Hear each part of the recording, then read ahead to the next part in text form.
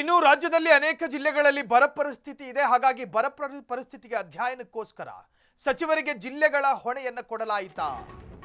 ಬರ ಪರಿಸ್ಥಿತಿ ಅಧ್ಯಯನಕ್ಕೆ ಸಚಿವರಿಗೆ ಜಿಲ್ಲೆಗಳ ಹೊಣೆ. ಉಸ್ತುವಾರಿ ಸಚಿವರನ್ನ ನಿಯೋಜನೆ ಮಾಡಿದ CM DK Shivakumar. Doctor G Parameshwar Tumakuru ಕಡೆ, ರಘುಮೂರ್ತಿ ಕೋಟೆನಾಡು ಚಿತ್ರದುರ್ಗದ ಕಡೆ, ಭೈರತಿ ಸುರೇಶ್ ಅವರು ಚಿಕ್ಕಬಳ್ಳಾಪುರ, ಕೆಎಚ್ ಮುನಿಯಪ್ಪನವರು ಬೆಂಗಳೂರು ಗ್ರಾಮಾಂತರ, ರಾಮಲಿಂಗಾರೆಡ್ಡಿ ಕೋಲಾರಕ್ಕೆ ಹೋಗಬೇಕು, ಎಚ್.ಸಿ. ಬಾಲಕೃಷ್ಣ ಬೆಂಗಳೂರು ದಕ್ಷಿಣನ ನೋಡ್ಕೋಬೇಕು, ಜಮೀರ್ ಅಹಮದ್ ಖಾನು ವಿಜಯನಗರ ಮೇಲೆ ಕಣ್ಣಿಟ್ಕೋಬೇಕು, K J George Chikkamagaluru, ಶಿವಲಿಂಗೇಗೌಡರು ಹಾಸನಾನೆ, Madhu Bangarappa Shivamogga, MB Patil ಸಾಹೇಬರು ವಿಜಯಪುರ, ವಿಜಯಾನಂದ ಬಾಗಲಕೋಟೆ.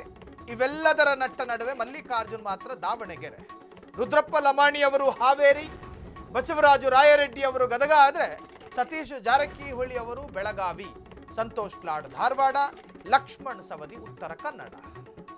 ಪ್ರಿಯಾಂಕ್ ಖರ್ಗೆ ತಮ್ಮದೇ ತವರೂರು ಕಲಬುರಗಿ, ಅಜಯ್ ಸಿಂಗು ಹತ್ತಿರದಲ್ಲೇ ರಾಯಚೂರು, ಈಶ್ವರ್ ಖಂಡ್ರೆ ಅವರು ತಮ್ಮದೇ ಸ್ವಕ್ಷೇತ್ರ ಬೀದರು, ಪಿಎಂ. ಇನ್ನು ಯುಟಿ ಖಾದರ್ ದಕ್ಷಿಣ ಕನ್ನಡ, ಉಡುಪಿ ಯತೀಂದ್ರ, ಚಲುವರಾಯಸ್ವಾಮಿ ಮಂಡ್ಯ, ಭೈರೇಗೌಡರು ಬೆಂಗಳೂರು ನಗರ, Puttarang Shetty Chamarajanagar, B Nagendra Ballari, Sharanaprakash Patil Yadgir, Tangadagi Koppal. DCM G Parameshwar ಅವರಿಂದ ಹಿಡಿದು ಆಯಾಯ ಜಿಲ್ಲೆಯ ಉಸ್ತುವಾರಿಗಳಿಗೆ ಕೊಡಲಾಗಿದೆ. ಬರ ಪರಿಸ್ಥಿತಿ ಅಧ್ಯಯನಕ್ಕೋಸ್ಕರ ಈ ಹಿಂದೆ ಸಾಂಪ್ರದಾಯಿಕವಾಗಿ ನಾವು ಸಮಿತಿಯನ್ನು ಗಮನಿಸ್ತಾ ಇದ್ವಿ, ಒಂದು ಸಮಿತಿಯನ್ನು ರಚನೆ ಮಾಡ್ತಾ ಇದ್ರು.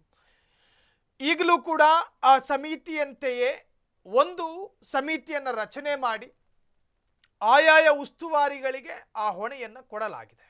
ನೀವೇ ನೋಡ್ಕೋಬೇಕು ಬರ ಪರಿಸ್ಥಿತಿಯ ತೀವ್ರತೆ ನಿಮ್ಮ ಜಿಲ್ಲೆಗಳಲ್ಲಿ ಎಷ್ಟು ಪ್ರಮಾಣದಲ್ಲಿದೆ, ಯಾವ್ಯಾವ ವಿಭಾಗ ತತ್ತರಿಸ್ಕೊಂಡು ಹೋಗಿದೆ.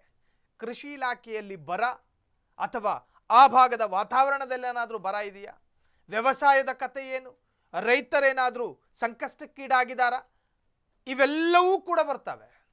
ಬರ ಎನ್ನುವಂತಹದ್ದು ನೀರಿನ ಬರನೂ ಇದೆ, ಆಹಾರದ ಬರನೂ ಇದೆ. ಎಲ್ಲದರ ಬಗ್ಗೆಯೂ ಕೂಡ ಒಂದು ಪ್ರಾಥಮಿಕ ಅಧ್ಯಯನ ಮಾಡಿ ಸಂಬಂಧಪಟ್ಟವರಿಗೆ ರಿಪೋರ್ಟ್ ಸಲ್ಲಿಕೆ ಮಾಡಬೇಕು.